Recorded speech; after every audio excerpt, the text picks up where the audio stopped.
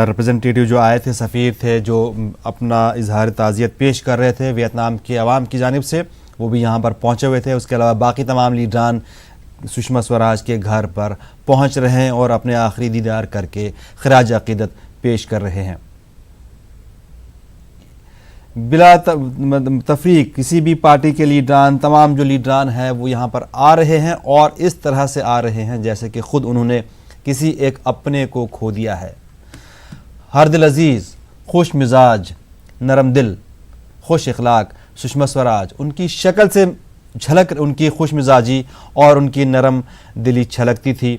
जिस तरह से वो बात करती थी, हर एक इंसान उनसे इम्प्रेस होता था और ऐसा कभी नहीं हुआ कि कोई शख्स उनके पास कोई काम लेकर गया जो जायज़ हो और वो नहीं, जो उनके डिपार्टमेंट में आता था वजारत ख़ारजा में, वो काम नहीं हुआ। बैरूनी मुल्क जो लोग परेशान रहे, परेशानियों में रहे, फंसे रहे, उनको निकालने में वो पेश रहती थी, उनकी मदद के लिए वो पेश रहती थी। और ऐसा ही एक वाक़या जो बहुत मशहूर हुआ था वो है गीता का।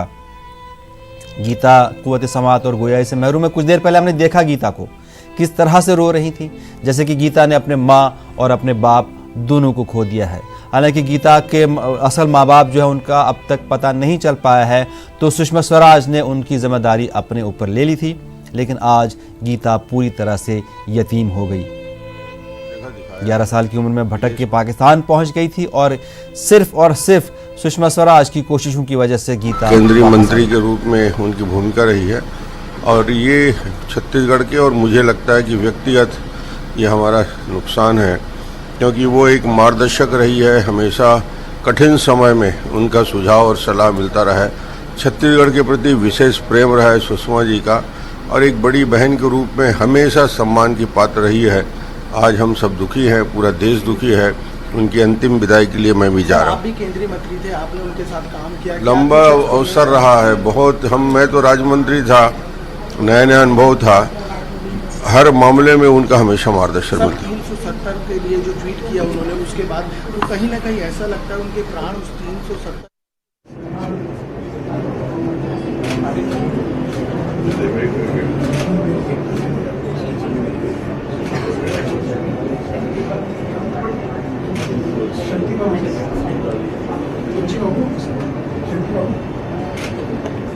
नायब सदर जमहूरिया वेंकैया नायडू, छत्तीसगढ़ के सीएम रमन सिंह और सब बाकी दीगर लीडरान यहाँ इस वक्त पहुँचे हुए हैं।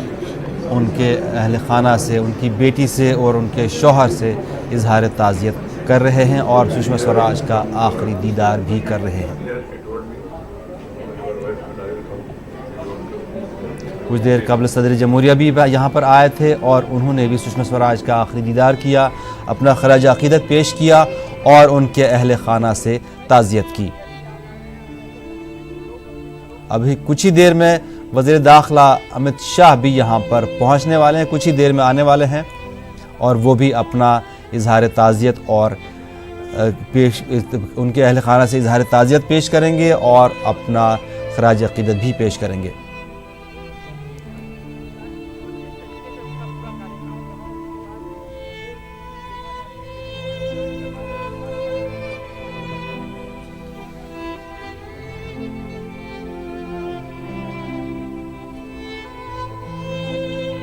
जब 2014 में सुषमा स्वराज को नरेंद्र मोदी की हुकूमत में वज़ीर ख़ारजा बनाया गया तो यहाँ से